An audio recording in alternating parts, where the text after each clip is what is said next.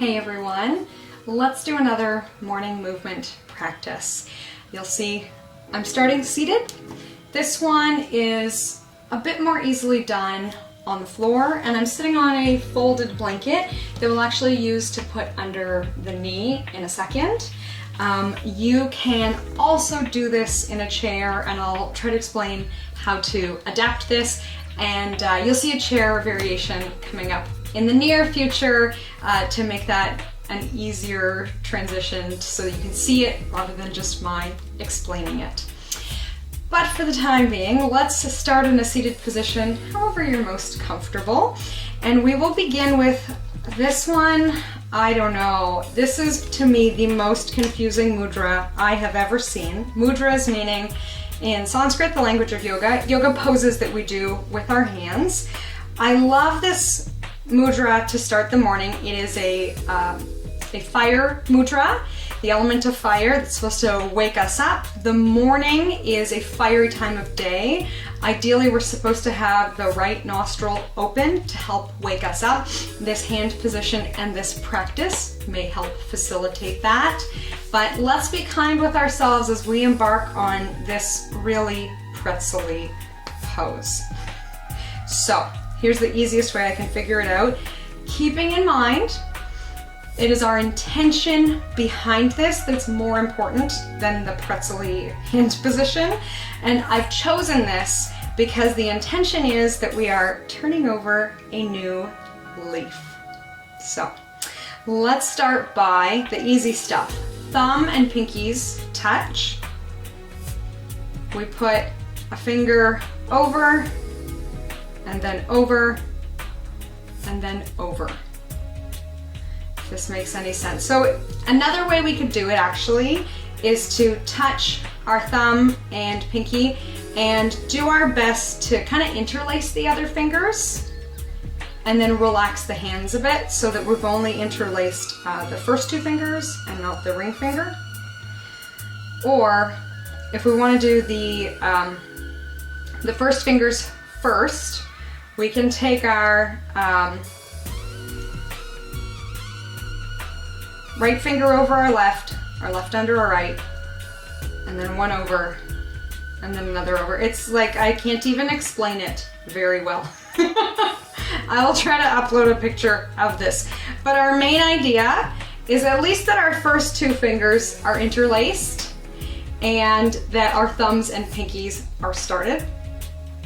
We can take it in front of the belly button. This is supposed to help us with manifesting and paying attention to our bodies, noticing how we're feeling so that we can make changes possible, right? We might have all the best intentions in the world. We want to go to bed at 8 a.m. and wake up at 4 a.m. and have this perfect 2-hour morning meditation routine. But if we're honest with ourselves, we know we feel better if we let ourselves sleep until 7:30. So that's this area of the body that helps us feel sort of our gut instincts and manifest the future. Okay, however we're gonna get there, thumb and pinkies are touching and we kind of pretzel at least our first two fingers. Our affirmation that goes along with this mudra is, I have the courage to turn over a new leaf and the self-reliance to transform my life. So we can hold this position and I'll repeat it to us a couple more times. I have the courage to turn over a new leaf and the self-reliance to transform my life. Not just a complicated mudra, but a long sentence as well to go with it. I have the courage to turn over a new leaf and the self-reliance to transform my life.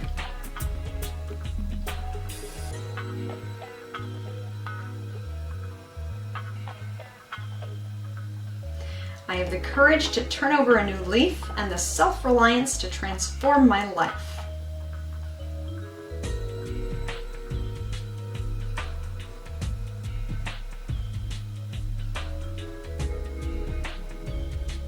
Noticing how these words feel for you. They might not feel like a good fit. Feel free to change the words. And they should feel genuine and sincere, or something that we would love to feel genuine and sincere. So maybe we're not quite there yet, but that's okay. I have the courage to turn over a new leaf and the self-reliance to transform my life.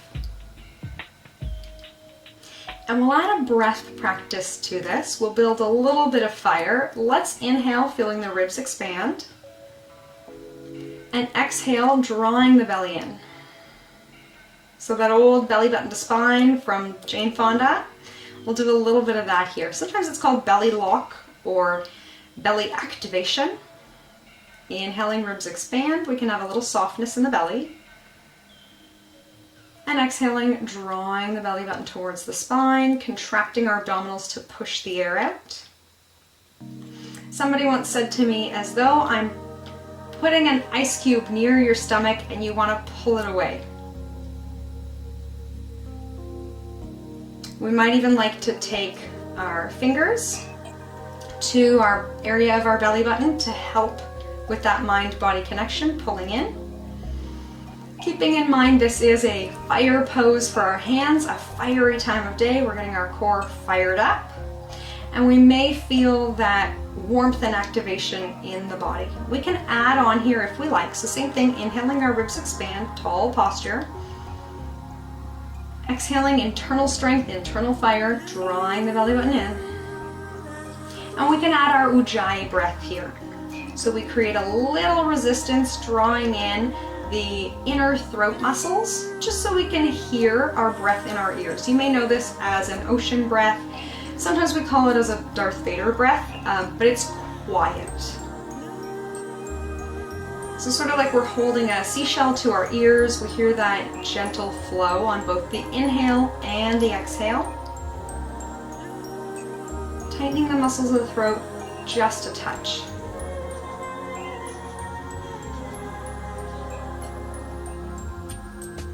So what do we have working here? We have our posture muscles running along either side of our spine, holding us tall. We have our abdominal muscles pulling in with each exhale. And we have our inner throat muscles, not our neck muscles, creating some resistance, gently constricted, so we can hear our own breath.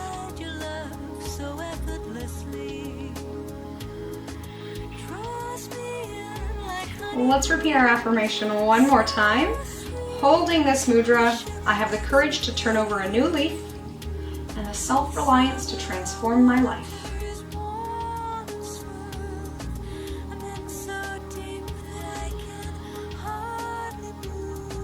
We can go ahead and rest the hands.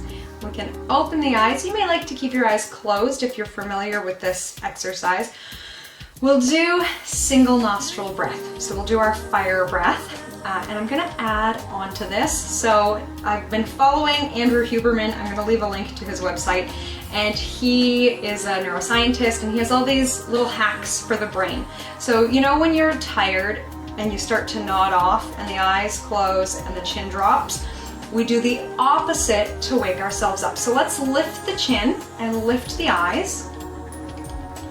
And we'll go ahead and plug the left nostril to breathe through the right one.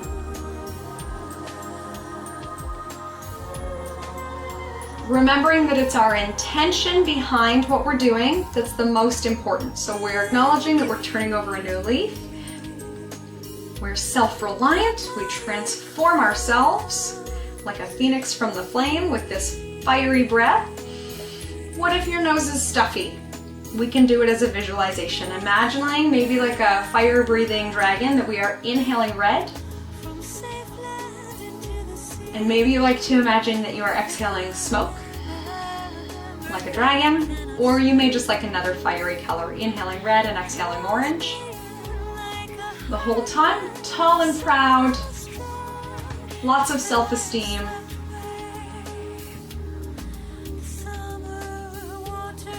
And if we like that variation of breathing through the right nostril, of course we can go there. We We can keep the Ujjayi breath, challenging our coordination so we can hear our breath still in our ears to help keep our minds focused. And yes, we can still be pulling in our abdominal muscles, feeling our ribs expand as we inhale, breathing red. Belly pulls in, and we exhale some other kind of hot color. We're coming into the summer months. Maybe we're picturing a hot destination like the beach or maybe a summer campground.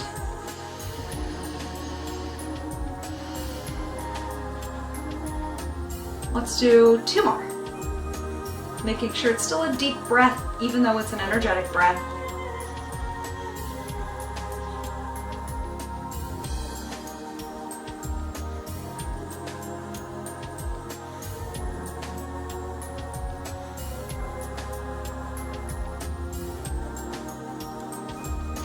All right, we can release, and let's do movements of the spine. We'll start with our fire building one first. According to yogic philosophy, twists can be very fiery. So we're gonna inhale, feeling our ribs expand. We can take our eyes up. Doesn't matter which way we go, we can turn and twist as we pull the belly in. Inhale as we come through center. Exhale, turn and twist. We're alternating side to side.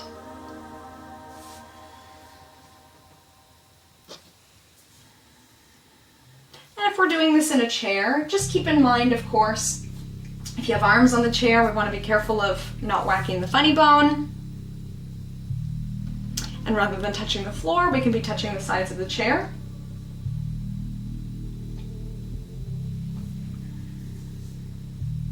And we might even be holding the arm of the chair or the back of the chair, like we're checking our blind spot to help us with the twist. Good. Might be holding the back of the chair or the arm of the chair. Let's go once more each way.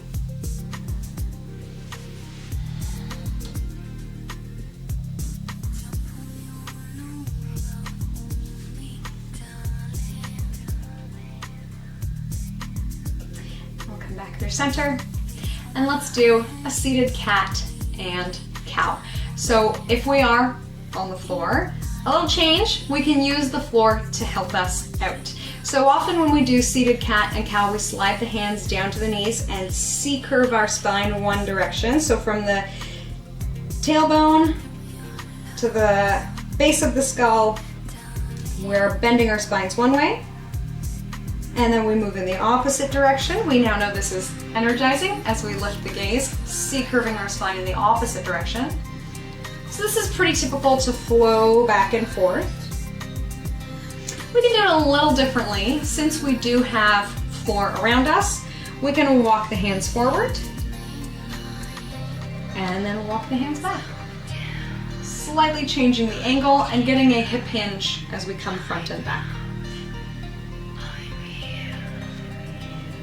Inhaling to lift. And we may be exhaling as we transition and then inhaling again in the forward fold. That might give us some more time. Or maybe we're just exhaling into seated cat and then inhaling into seated cow. Most important thing is that we are breathing comfortably, we're getting enough air, we feel good. And the next time we're in that seated cow position, let's stay here. Again, tall, lots of self-esteem, lengthening our bellies, strengthening our backs. We'll come back through center. And we have one more movement of the spine. We're going to take it side to side. So if we do have our hands on the floor, we can use them for support, sliding our hand out one way, and then sliding our hand out the other way. So this is a more passive, gentle way to ease ourselves into our day. We have the floor to help hold our body weight. And of course, if we're in a chair, we could hold the side of the chair, the seat of the chair, as we bend one way. Maybe we're holding the arm of the chair. And if we're close to the floor, yeah, of course, we can use the floor. We could do that big reach up overhead that's pretty commonly seen. But knowing that our shoulders are often cranky first thing in the morning, right? Maybe we're doing a bent arm, and that's perfect too. Remembering that we are working the area of our body that helps us with our intuition, listening to our body, overcoming obstacles within reason, right? So we can use that line of thinking to modify this pose. Maybe you do want to do a big reach, or maybe we're just doing a small reach because that's the best choice.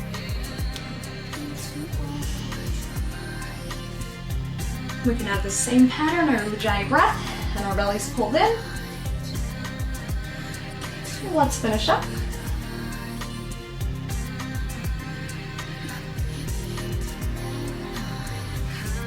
One more. We're going to come into a kneeling pose. So I do have my blanket, which is quite convenient under the knee. This one's tougher to do seated in a chair, like I said, but if you are seated in a chair, you can kind of slide one leg back in behind while the other foot sits on the floor to let the one knee hang down towards the floor in pretty much this lunging shape. So go ahead and take the blanket under the knee. You might want it folded quite thickly under the knee for support. It's not a bad thing to put pressure on the kneecap, it's just uncomfortable. We might have a huge range of motion that we love to go into, but let's make sure this old rule of thumb to keep our knee and ankle safe is that we don't want our knee going way past the toes. The heel should be down if we're on the floor. So we might have to sneak that foot out a little further. And we can go front and back, opening up hips and hamstrings. Again, we may have a huge range of motion and this feels fantastic, or we may be going quite easy on it. A little movement front and back. Remembering that we were asleep. You may have been in bed for much more, or sedentary for much more than 8 hours, even though we think of that 8-hour window for sleep. If you were dozing on the couch and then went to bed, and then you were up for a couple hours tossing and turning, and then you fell asleep again, it might have been like a 12-hour stretch since the last time you were moving about. So we can think of this like an oil can. We are greasing up our lower body, getting ready for the day. Okay, let's go ahead and switch sides. Switch in a way that works well for you. So we can sit up under the other knee. Might take a few steps. Taking our foot out far enough that as we move forward, the heel isn't lifted. And then we're ready to close.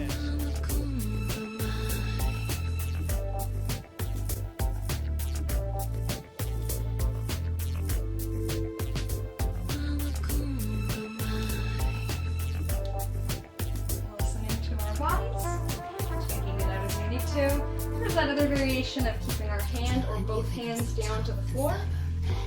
Not my personal favorite, but it might be your personal favorite.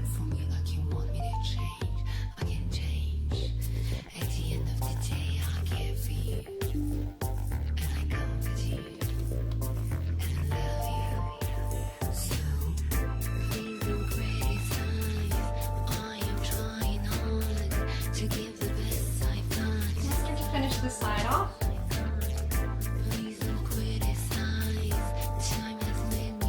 We'll come back to seated. We'll finish with a single seated position. You may actually prefer to be kneeling. It gives us a little bit more uplifted energy, but I find that most people are comfortable seated. So whichever you prefer, we're going to sit here for 5 more rounds of breath, give or take. We're going to use one of these little mind hacks to wake ourselves up. So we're going to lift the gaze, lift our posture. If it feels good, we can reach the arms overhead like we're going, yes, I am ready for my day, turning over a new leaf, I am self-reliant, I'm transforming. We might still have this big yes intention, but we know we can take care of our shoulders, putting our arms wherever it works for ourselves. Maybe they're just up here. Maybe we're going, yes, in our own small way. Here we go. Let's find a pose low or high. 5 rounds of breath together. We can use our Ujjayi breath. Expanding our ribs with the inhale. Bring your belly button in on the exhale.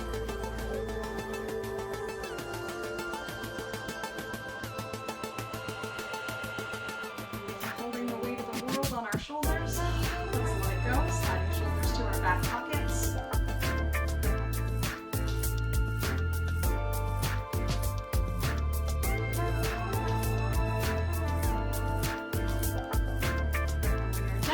Let's bring hands to heart. Thank you so much for doing this fire building routine with me. From my light to yours.